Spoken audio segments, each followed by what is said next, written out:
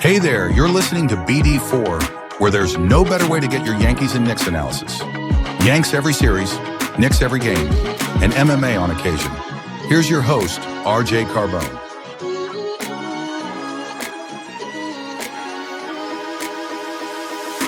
And a high drive into left center field. Stanley's going to watch another one fly. Are you kidding me? DiVincenzo a three. Bang! Bang!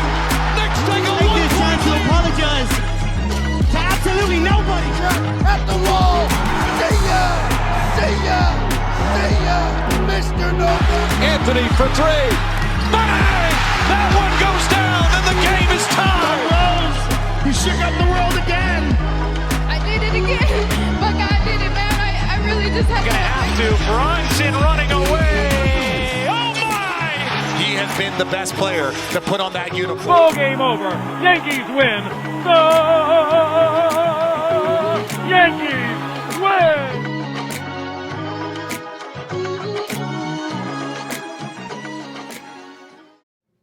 Another one that felt really good. Another one that felt fantastic, one would say. We won. We won. We also won the game. That's what happens when they let you run the show. Okay. That felt good. Sorry. I love those guys. I love Dante. Appreciated Randall. But not going to lie, it felt good to go out there last night and to dominate that team. I mean, to just tear the cover. I don't know where I'm going with that term. I was going to say tear the cover off the ball, but that's a baseball term. But you get the point. I mean, this was the Knicks' most dominant effort of the season, perhaps. And they're starting to rack up some of these impressive wins. Denver, both Orlando wins. And you got this Minnesota win. It was impressive. It was very impressive. They outclassed that team. They embarrassed them. The Knicks went out there last night and mortified the shit out of the team that they did blockbuster business with. And they did it in their home on national television. But we don't watch those TNT games here. We watch it on MSG. I mean, you had Minnesota fans, and they packed the building. There wasn't a ton of blue and orange, but you had Minnesota fans booing the shit out of the Wolves, booing the crap out of Randall. I mean, it was a classic bad Julius night. He had some more low-light clips that are probably floating around Minnesota Wolves Twitter. On the flip side, doesn't look great when Karl Towns dominates like he does. Post-game, Randall's nowhere to be seen when Brunson's trying to chat it up with him. Anthony Edwards makes some more interesting comments about the state of the team in the post-game. Man, that team is in shambles, or it feels like that team's in shambles. And it kind of feels good around the Knick fan base right now. Things continue to feel a little bit better. This is a team that began the season 5-6. That's a .455 win percentage. Since then, they've gone 12-4. That's a .750 win percentage. So they're 17-10 on the season. That's about a 52-win pace, which has them in third place right now, ahead of Orlando by 1 game, 4 games behind Boston. They are 5th in the NBA in net rating. 2nd in offensive rating, jumped back up. We'll talk about where they are defensively. But it was an impressive win. To score 133 points, to drop a 129 offensive rating on a top 5 defense like that, my goodness. And that team was on a defensive run. They may not be stringing together a bunch of wins right now because their offense is a whole other issue, but they've been a great defensive unit. And the Knicks just, I mean, a 133-107 domination. Mikal Bridges, whew, wow, is he starting to come around, and that's a good sign. I think everybody knew the shooting wasn't going to be an issue, that eventually the jump shot would start falling. 29, 6, and 6 last night on 67% field goals, 4 for 8 from 3. In the month of December, that's 8 games for Mikal Bridges. 22 points, 4 assists, 58%, 43% from 3 on 7 attempts per game. We all knew the shooting was going to fall at some point. He's a great corner shooter. The above the breaks, wing threes are getting a little bit better. He was dominating at the basket last night. He's been really good all season long as a cutter, cutting off Towns. It was the defense that we were a little bit concerned about. That's what Knicks fans were waiting to see. You know, because he had been struggling mightily defending at the point of attack, struggling to fight over the top, stay attached, struggling to get skinny, and just constantly not getting around quick enough and just not being felt. And opposing guards were just being super physical with him, and he was bounced off easily. But the point of attack defense has taken an uptick. So it's good to see Mikal Bridges coming around. Karl-Anthony Towns went crazy last night. And I guess we'll start there. Cat gets the game ball last night. Giving it to him. 32 points, 20 rebounds, 6 assists, 2 steals. He shoots 10 for 12 from the floor. So 32 points on 12 shots. He was 5 for 5 from 3. 7 and 9 at the foul line. The amount of consecutive games where this guy's racking up 15-plus boards, 20-plus boards is insane. He's on a tear right now. This month, he's going crazy on the boards. He's up to 7 game balls on the year, but honestly, that doesn't do him justice. He's been phenomenal. Dominated Julius Randle, dominated Rudy Gobert, dominated Minnesota last night in his homecoming.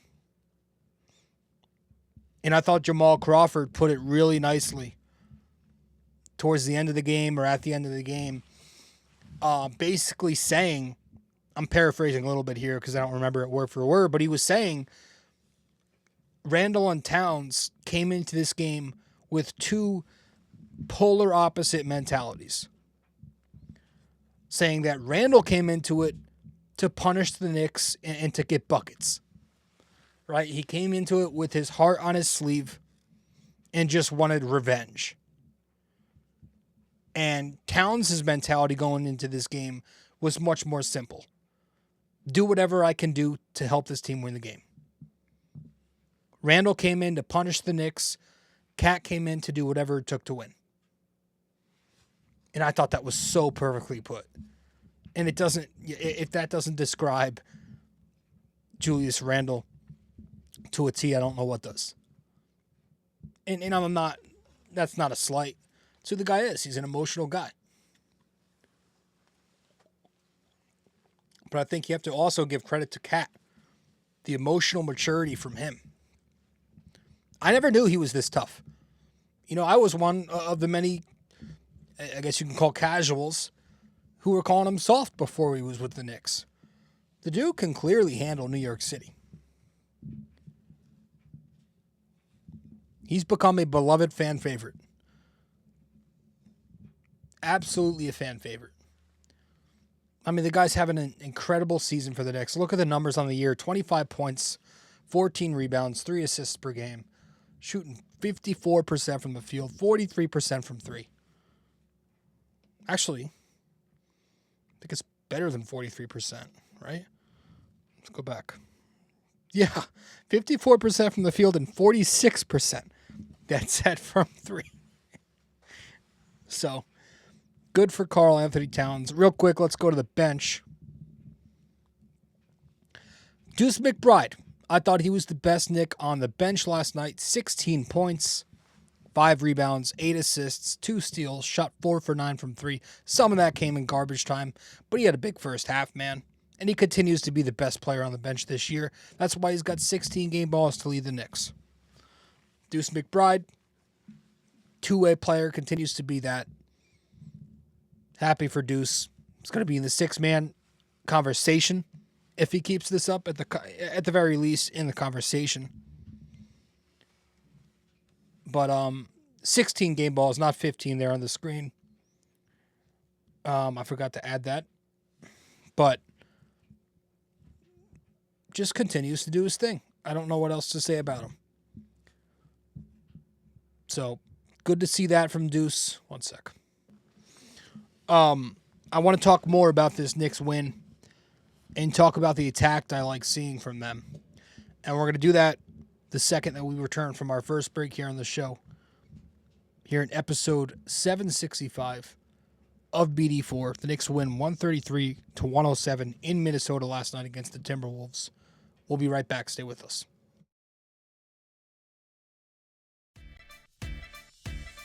BD4 is available on social media for those who want to follow. You can find BD4 on Instagram at BD4Pod. You can find us on X at BD4Pod. And you can find us on Facebook by simply searching BD4.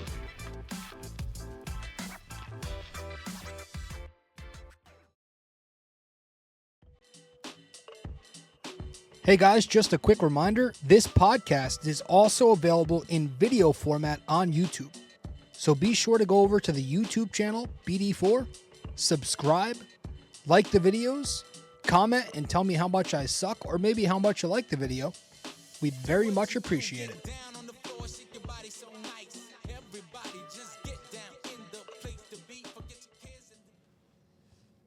You got a lot of transition play from the Knicks last night. You know, and where they really started to gain separation on the Wolves was in that second quarter, where the Knicks went on this gigantic run with Brunson off the floor.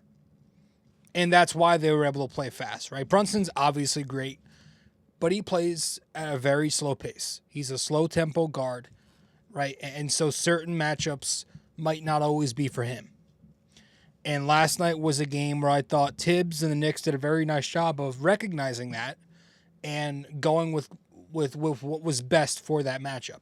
And the Knicks were able to play super fast because they had the two guards out there over Brunson. They had Payne and Deuce McBride run the show. Those two guys were the catalysts of that second quarter run. They were pushing the pace a ton.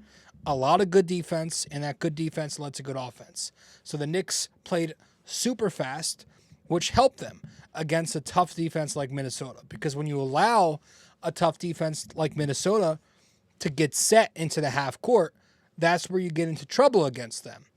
And so with Brunson, a type of point guard who likes to slow it down and get into his sets in the half court, that kind of makes it easier for a defense like Minnesota, right? Minnesota has a ton of athleticism and wingspan. So they do a ton of switching with their wings. They'll do some drop with Gobert, but for the most part, they do a lot of switching, right? And I thought the Knicks attacked that very properly by getting out and running, right? And they got a lot of threes up. They got 45 three-pointers up because Rudy Gobert is a terror at the basket. So to be able to run in transition like that, you know, you had Karl-Anthony Towns take a couple shots as a trailer.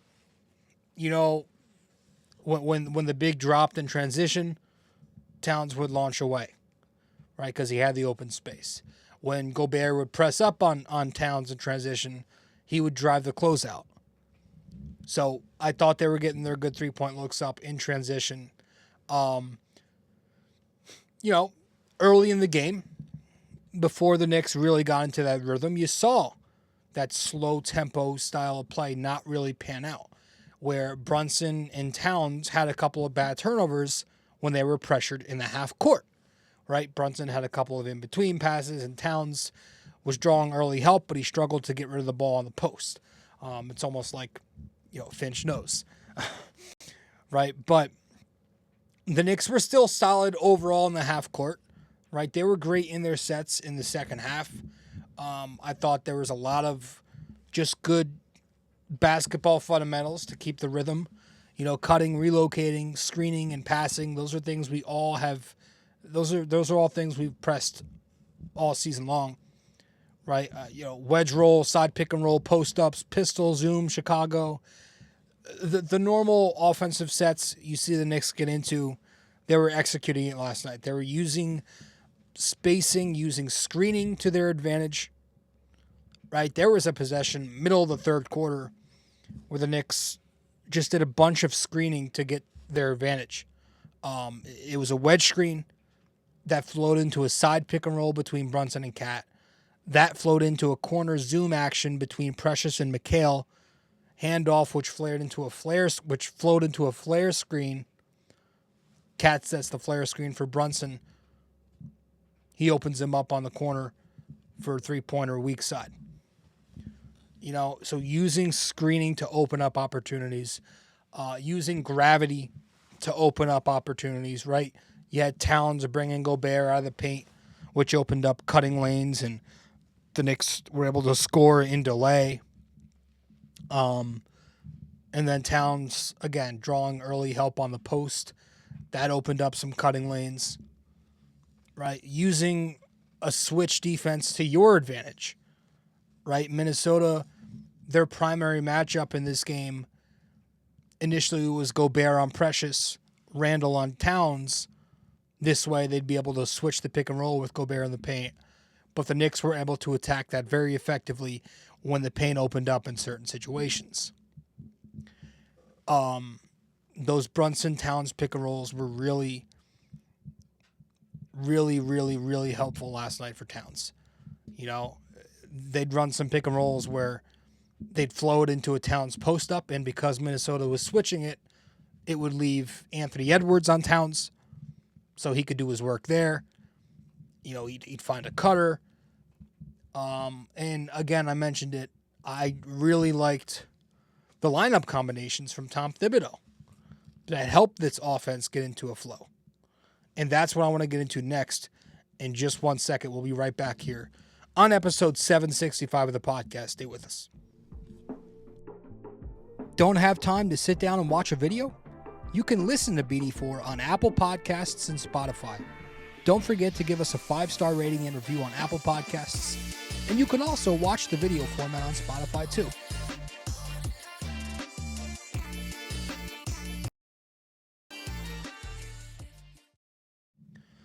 Welcome back to the show.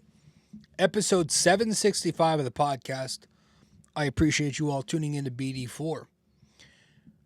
Yeah, listen, it's something this is another topic that I'm very passionate on, going with these 5-out lineups versus dual big lineups. Right now, the Knicks, because Josh Hart was out last night, personal reasons, Precious Achiuwa started next to Towns.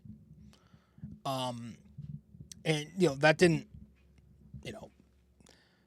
not a ton of those minutes, but when the Knicks, when they went to Towns at the 5 with Deuce on the floor over Precious, that's when they generated their best offense. And I will continue to say that's got to be the route we go more times than not. And the main reason for that is, again, the half-court floor spacing, right? Minnesota doesn't pay a lick of attention to Precious Achiuwa. They ignore him. They use the big to clog the paint, to stop penetration in the lane, to help on Towns, to help on Brunson. They take the big off of Cat, which you don't want if you're a Knick fan. With increased spacing, you take all that away. You take the 2 bigs off the floor, you keep 1 big, and you keep a bunch of wings and guards out there. That increases the spacing. It shrinks the window for the defense to help and recover. It emphasizes ball and man movement because you have another wing or guard on the floor. It creates more 3-point opportunities that way. It creates matchup problems for a defense, it provides adaptability. And in the second quarter, you saw exactly what I'm talking about. With Precious Achiuwa on the bench, and Precious is a nice player. It's just together like that, it doesn't mesh with what we're trying to do with Towns. So second quarter, for that run, Precious was on the bench, and it was Deuce McBride and Karl Towns together. And the Knicks were able to run their true 5-out lineup. Deuce, Cam, OG, McHale, Cat. And they went on a 36-9 run in those minutes. Defense in pace. Watch it back. It was super successful. And then when Thibs went to a dual big lineup after that run, immediately after that run, late in the second quarter, the final few minutes, he went back to Precious and Cat. Minnesota ends the period on a 10-4 mini run. So obviously the defense is great when you run dual big, right? And to be frank, the Knicks were able to survive some things offensively last night. They were able to do a little bit when they had those lineups out there because they were doing some things like screening the screener.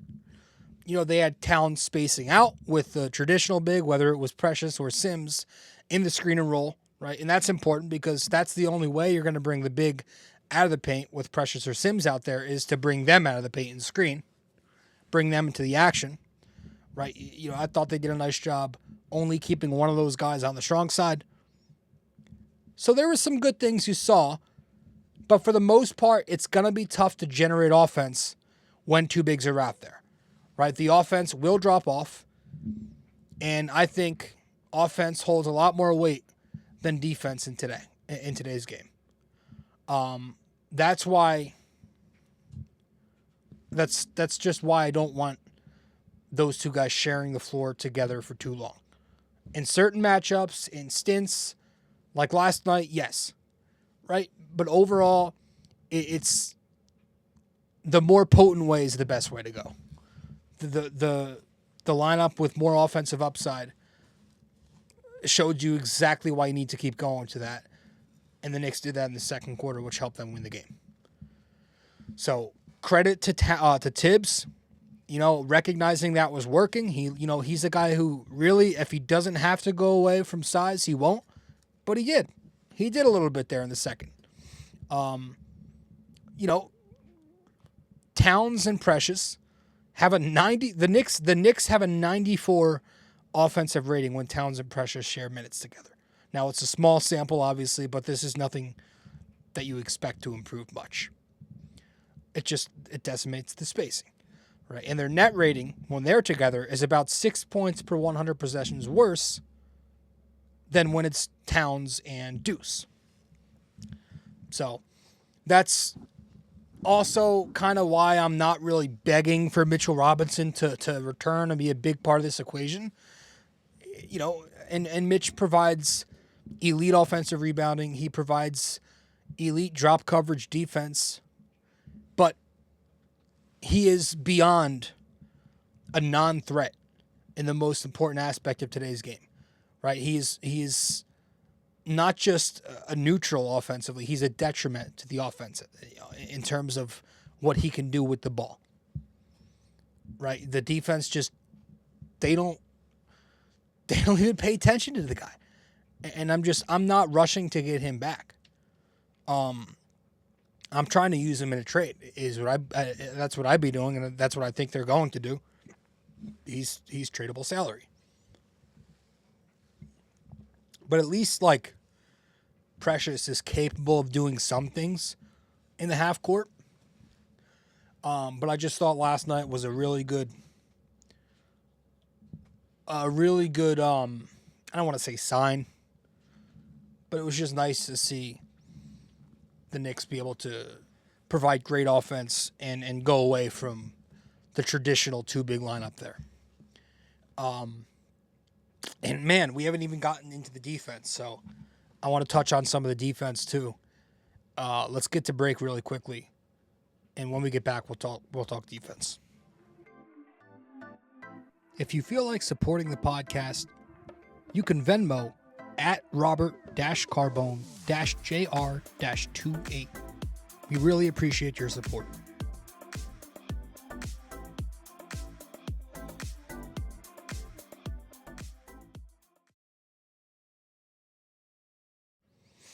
Welcome back to the show, episode 765 of the podcast. This defense, man. Hey, I'm going to say they've passed their first quiz. They've been failing all year. They've been giving up points to good teams, to bad offenses. It doesn't matter who the competition is. Their defense has failed all year. Right? They haven't passed the test yet because they haven't stopped many good offenses. But I think last night we got to a point where I can say the Knicks have finally passed their first quiz because they finally reached the benchmark that I've been asking them to reach all year. And that's becoming a league average defense. After last night's win, the Knicks are now 14th in the NBA in defense. Doesn't sound like much, but if you watch this team, if you've been watching this team all year, you'd know, like, for a good portion of the season, they were hovering in the bottom third. But now, because they've been so good, in fact, in their last 11 games, they've been 7th in defense. Then on the season, they've gotten that number to 14 overall. Again, they've not been tested by any legitimate offenses in this 11-game stretch. I understand that. And the two good offenses they have played during this 11-game stretch was Denver and Dallas. They lost to Dallas, giving up damn near 130. And, they gave up 118 to Denver. So I get it. But 14 is 14. You can't change that. And I think repetition is what matters here. Consistently stringing together good defensive efforts. I think that's good for cohesion. I think that's good to build a chemistry on that end. And I think the Knicks might be able to get something here. Hopefully. Let's say hopefully. Because, man, do I've got my concerns. Good Lord, do I have my concerns. But all year long, I've been saying, get it to league average, get it to league average, get it to league average. And once we're at league average, let's go from there. Well, technically, the Knicks are now slightly above average when you look at defensive rating. So let's build from here, and now the next step should be working towards that top 10 defense. If you get there, then we're talking about a team that can be considered a contender again. So I really like the steps we're making defensively. I thought, Finch made it a little bit easier for the Knicks to defend last night because I don't know if they do this often, but he staggered Julius and Edwards. And there are moments where the Wolves were running through Dante DiVincenzo. And I'm just sitting here like, okay, thank you. But I thought, defensively, team defense, individually, Brunson, I didn't even hate his defense. I thought the Knicks hit him well. I thought he brought a couple of hard hedges. That surprised me. That was nice to see. Again, we talked Mikal Bridges. He continues to improve on that end, getting over the top very well, contesting, staying in front, staying attached. The only issue was in that first quarter, having Precious take on Julius there. That's when Julius went off. He's red hot in the first quarter with Precious on him. So the Knicks had to send help off of Anthony Edwards sometimes, and it got to be too much. And that's when Tom Thibodeau pivoted to put OG Anunoby on Randle the rest of the way. And OG continues to lock down defensively. Thibs switched the matchup in the second quarter. He puts OG on Randle, and OG was able to dig, help, stunt on his drives without a worry in the world. Didn't have to worry about making a recovery. Because with Randle being such a poor shooter, OG can help off and recover in time. He's everywhere, man. Late in the second quarter, the Knicks switched the primary action between Edwards and Randle. Mikal does a nice job slowing down Randle on a drive. OG steps in from the weak side last second, pokes the ball loose, and he ends up getting it to Deuce on the fast break. Deuce knocks down a corner three-pointer. OG Anunoby does everything. He is everywhere on that end. I mean, making rotations from the weak side, protecting the basket as low man, doing anything in help. His recoveries are always effective. Constant digs and stunts in the lane, jumping DHO up top, switching onto bigs, switching onto smalls, right? 1 to 5, tough assignments, or you put them on a weak assignment to be able to help off that weak assignment and help onto the tough assignment. Just deflections, everything he does defensively impresses me. It's really a fun watch. And no wonder why he racks up all these stocks. The month of December, 8 games. OG, 34 stocks. That's 4.3 per game. Incredible. And that's what makes him such a high floor player. It's because he's so elite defensively. That's never going to go away. As much as a slump he's in right now, you almost don't feel it because he's been so good for the Knicks on the other side of the half court. So that was good. And overall, the Knicks defense continues to be great of late. Smart defense last night, bringing strong gap help, good ball pressure. Anthony Edwards was talking about it post-game, saying all they have to do is sit in the gaps and bring help on the drive. Literally said that in his post-game presser. And that's exactly what the Knicks did. So, overall, a good win. One final time, 133-107 over the Wolves. And up next for this Knicks team, some competition that you need to be able to keep defeating. Minnesota was a tough test, but the Knicks obviously passed it with flying colors. And now they go back to a much, much, much weaker schedule to finish out 2024. Tomorrow night, they're in New Orleans. That's a last place team. Monday night, they're at home against the Raptors. That's a second to last place team.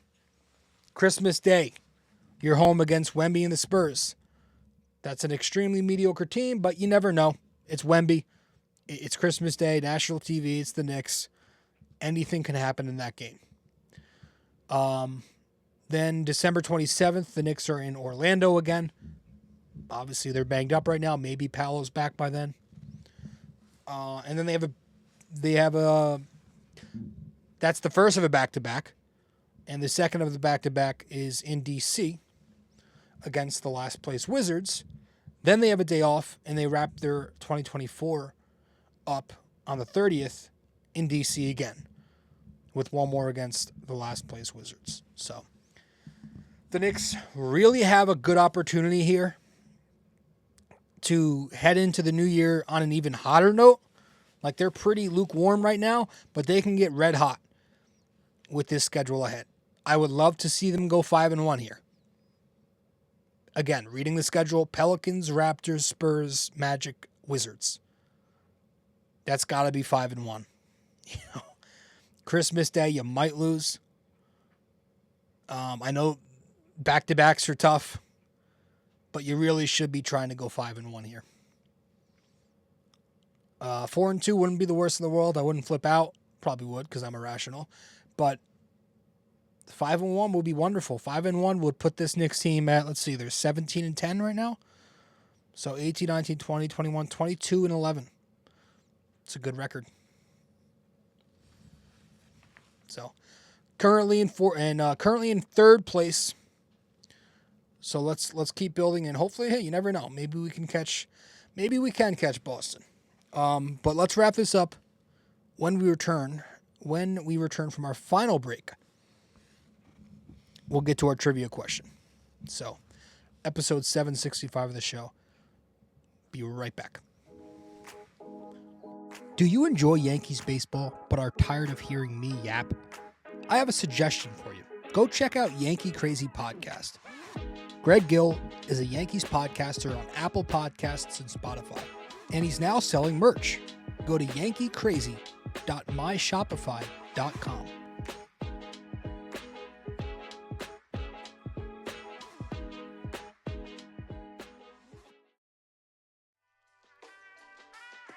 Stay connected with us.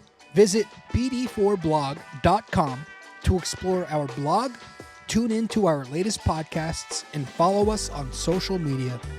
Thank you for being a part of this community.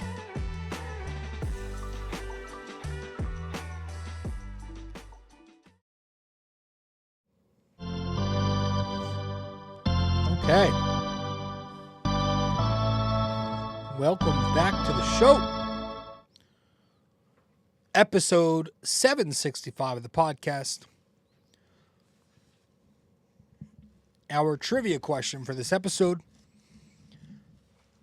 Karl-Anthony Towns became the 9th Knick since 1997-98 to record 20 points and 10 rebounds and a half. The 9th Knick. But who is the last Knick to do so? All right. Karl Towns became the 9th Knick since 97-98 to record 20 points and 10 boards and a half. Who is the last Knick to do so? So this was before Towns. Who was the last Knick to do so?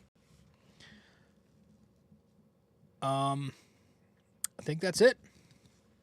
That's all we got. 133-107. Big win last night at the Garden in Minnesota. Going back. No, they don't go back home. They got one more on the road before they go back home. So Pelicans are up next, folks.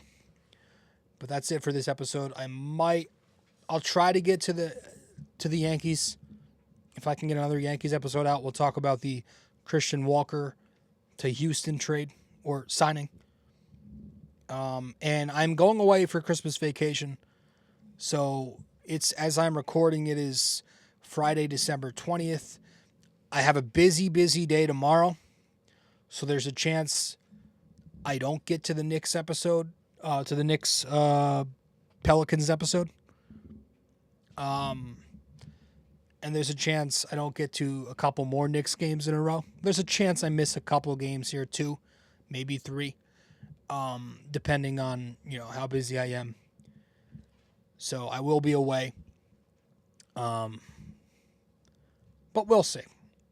I won't miss more than 2. I shouldn't be missing more than 2. So that's it. Hope you all enjoyed the show. I appreciate you all stopping by as always. Really do. And I'll see you when I see you. Should be soon. Later. Well, if you made it this far, that means you listened to or watched the entire episode. Thank you. Just remember to follow, subscribe, download, rate and review, and all that fun stuff to help out the podcast. And I will see you in the next episode of BD4.